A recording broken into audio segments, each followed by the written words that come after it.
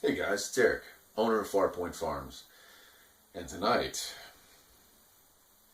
it's Halloween. Tonight, I'd like to share a story with you from my youth. It's a scary story, a story about something in the woods.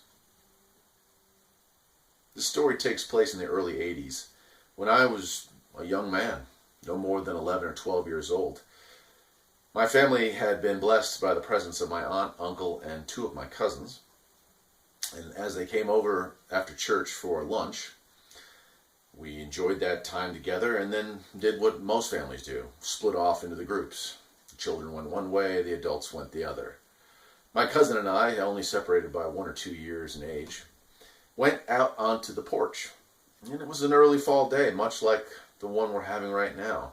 The sun was shining, the temperatures were in the mid-50s, the leaves, mostly off the trees, rustling in the wind and on the ground.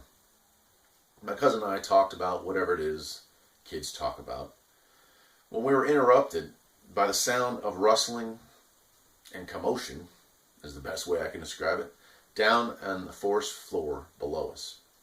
Now our porch was on the second story of our house, and down into the woods below it was a trail that I had created over the years. To the one side, off to the right, it led to a small pond and a very densely wooded area around it, and then off into the wilderness.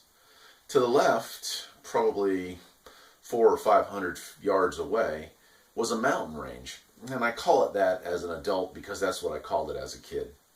It was probably 150 feet high and 300 or 400 feet wide, maybe 500 feet wide.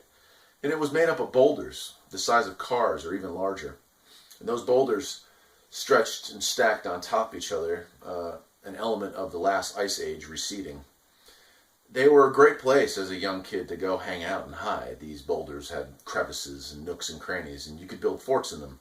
I wouldn't call them caves so much, but they definitely had some places you could crawl into. The problem being, if you crawled into them during the summer, you were likely to come face to face with a snake or a raccoon or who knows. Anyway, on this particular evening, we heard this noise. It couldn't have been 3 o'clock in the afternoon, so the sun was still shining well.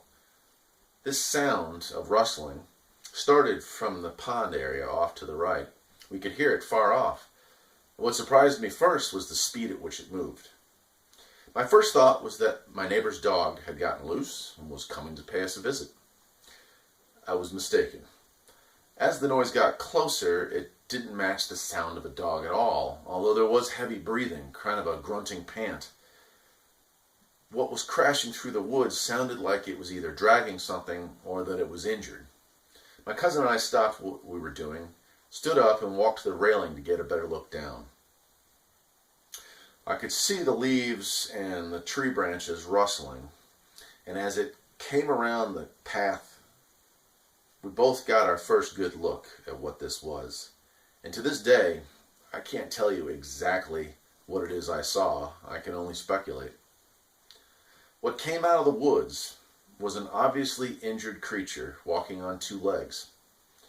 It was upright, probably the size I am today, 6, maybe 6.5 feet tall, 2, maybe 250 pounds, and on its hind legs. One of those legs was obviously injured because it was dragging it, kind of hunchback style, sliding and dragging and dragging and sliding. But this animal was still moving rapidly. It had reached about dead in front of us down on the path below, probably 35 feet at most, in a downward slope. And you had a pretty good look at it at that point. And it was not a bear, and it was not the neighbor's dog, and it was not a coyote or a fox or any other animal I'd ever seen out in the woods. It was something different. It was fully covered in a dark gray and brownish colored fur. It had a sound to it that I can only describe as a grunting or a panting, and it was in a hurry. Mustering up the bravery, I guess you could call it, that only a child could have, I yelled down to it to see if it would stop, or if it would come towards us or move away from us. It did nothing but turn its head slightly towards us and then move even quicker off towards the left, towards the direction of those big rock formations, the mountain as I called it. My cousin and I discussed briefly what it is we had just seen, and then decided, in an act of bravery that I still don't really understand as an adult, we were going to go after this thing. Being that we were 11 or 12 years old, the only weapons we had available were our pocket knives and a pellet gun. I grabbed the pellet gun, which took about a minute, and we met down on the ground and headed off into the woods after this thing. Walking down to the woods, I remember to this day that feeling of nervousness, adrenaline kicking up. And, there's the sense that maybe we were just imagining it. But when we got down to the road below, not the road, but the path below, it was confirmation that what we had seen is what we had seen. The leaves had been kicked up as if something had been dragging. And if you were to take a log and drag it across the leaves, the way they come up that way, as opposed to something just walking or trotting along. As a result, it left a pretty good trail to follow. So we headed off to the left, towards the mountain, and followed the trail of disturbed leaves. By this point, we could not hear this animal any longer. It had already dropped out of audible distance from us, or it had stopped moving, one or the other. We followed the trail as it went around, and as it curved off to head directly towards the mountain, the path this animal took continued straight. After a brief discussion, my cousin and I did decide to follow that path, and followed it.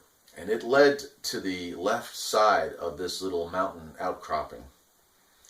Unfortunately, because the path ended at the rocks, there was no more path to follow. The leaves, obviously, on the ground were one thing, but following something up a rock ledge is something entirely different.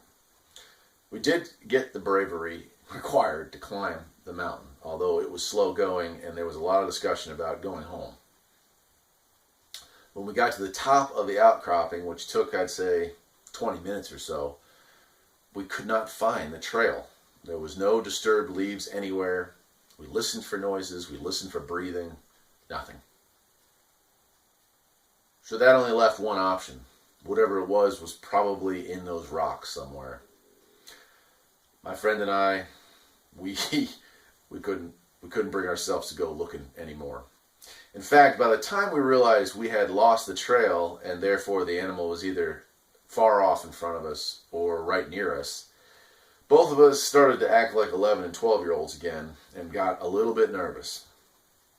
Rather than go back down the rock ledge, we had kind of lost our nerve and we decided to walk the long way, probably a good quarter-mile walk, out across the ledge, down a more gradual slope, and then met the trailhead back down almost to where our house was.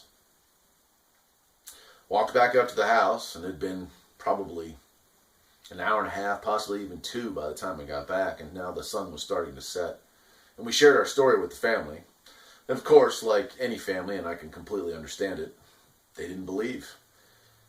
They figured we'd seen something else. And maybe we did. But this story is a Halloween story because it was something I cannot describe. Many years later, when the internet became a thing, I was surfing the internet one day, and I came across a photo of this. Yeah. And I have to tell you guys, the animal I saw was a good 1,000 miles away from where this picture was supposedly taken. But it looked a whole lot like this animal right here. So I saw something in the woods. And if it was real, then that's something to be scared of. Have you ever seen anything in the woods? Ever seen anything or heard anything that just scared you to the core? Young or old, I'm kind of interested in hearing about it. And I'm glad I could share this Halloween story with you. Happy Halloween from Farpoint Farms. And I'll see you next time. Take care.